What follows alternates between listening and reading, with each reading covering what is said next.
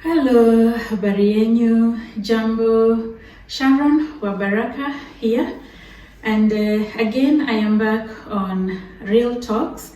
And in these Real Talks, I've actually rebranded them to 10 minutes with Sharon, only because I don't want to take a lot of your time. I just want to take 10 minutes of your time so that we can discuss issues that affect people in real life and address how to move forward.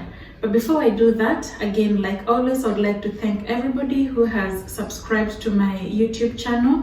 If you go to YouTube, look for Sharon Baraka official YouTube channel.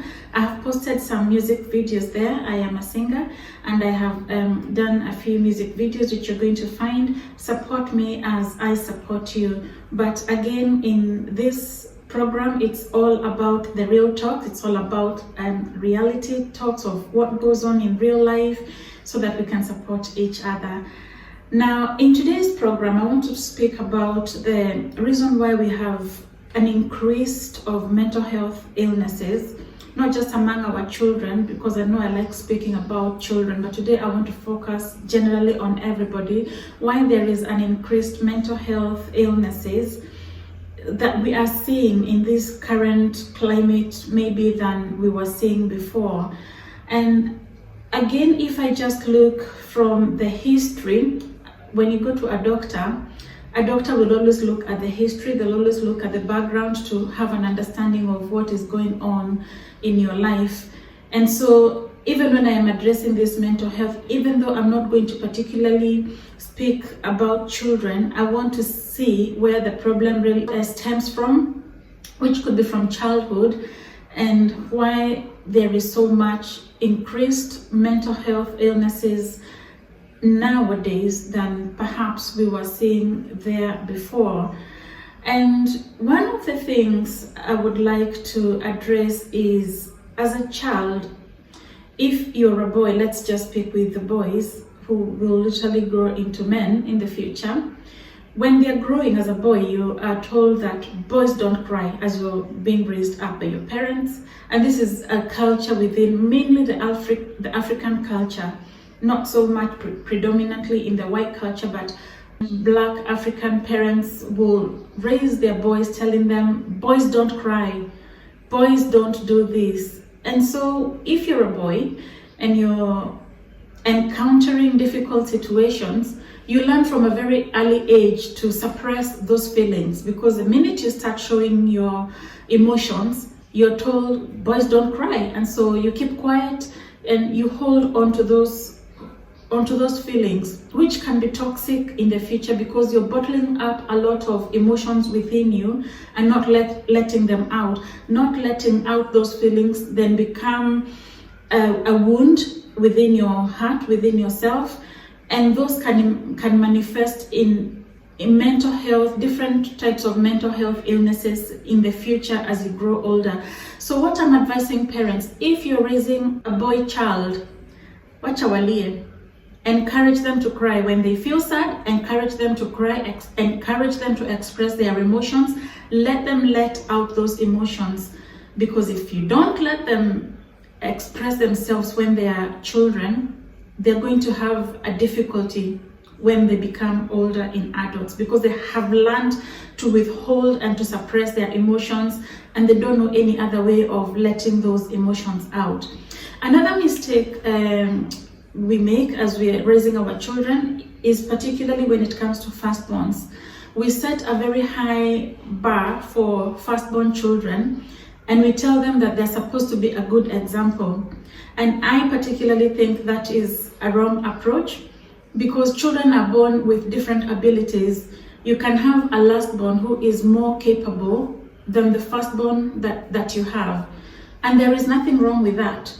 But if you set a bar ahead for the firstborn to be like a good example to the rest, and that firstborn maybe has not been blessed in a way that they're able to lead, or they're able to reach a certain level of expectation that you have as a parent, you're setting them up for failure. And what happens is that firstborn will start to feel the rejection, they will start to feel being oppressed, they'll start to feel they're not adequate enough, and that starts to bring in some bitterness. That bitterness can manifest in forms of mental health illnesses because you have not helped your child. You have not helped your child to have an understanding that it's okay to fail. Even if you're the firstborn and the secondborn or the lastborn is doing better than you, it's okay to fail. You know, life has different opportunities. Maybe the opportunities they have isn't the same opportunity you have. So you need to encourage your children, keep trying. Don't show them that they have failed just because they're the firstborns and they haven't reached that mark of expectation that you expect them to reach. Show them it is okay. Help them as parents to understand you can do better in another area. If you're not doing well in this particular area, you have potential in doing well in another area. So let's encourage our children and tell them it is okay. Whether they're firstborns, whether they're secondborns, thirdborn, fourthborn, lastborn, accept your children just as they are and know that each one of them is blessed differently.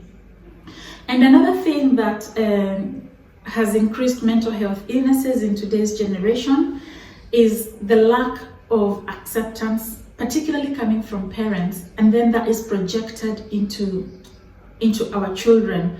So I'll give an example. You're going through a cycle of a toxic relationship.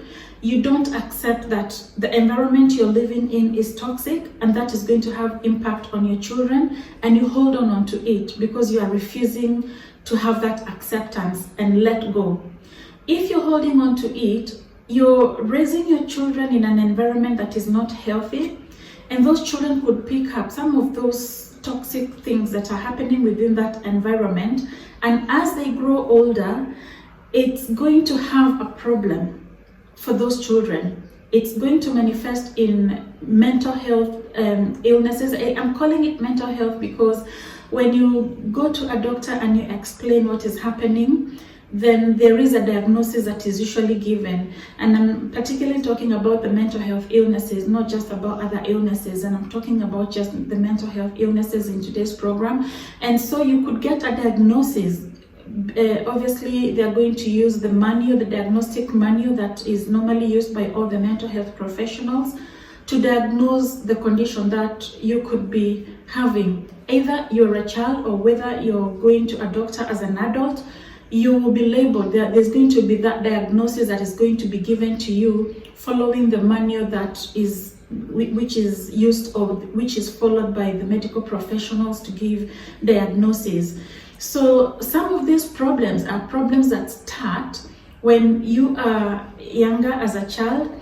You grow older with those issues within the environment that you're being raised in, and you can carry those conditions into adulthood, and then those issues could affect even your own children. So it becomes like a cycle of repetition of the same sort of problems.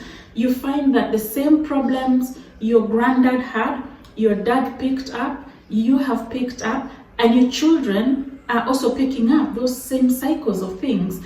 And it is therefore important to have an understanding of where these cycles stemmed from so that you can cut them. Be the person that is going to cut that link.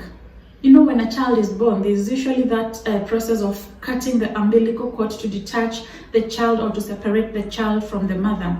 You then have to have that understanding that there will come a point where you will break that cycle so that it is not a repetition of the same cycles within the same families. Acceptance is very important. If you're living in a toxic environment, accept that you're living in that toxic environment. Take the necessary precautions, the necessary measures, which is to take action and do what you need to do so that your children are not going to be impacted as they grow older or as they become adults.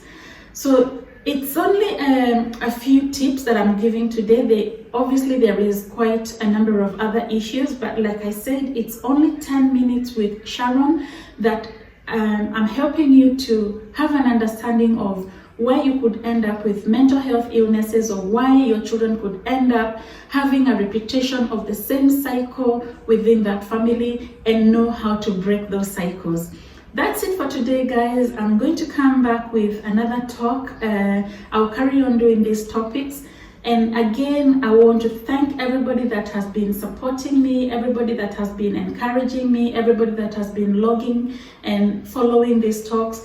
God bless you, and I love you very much. Baraka.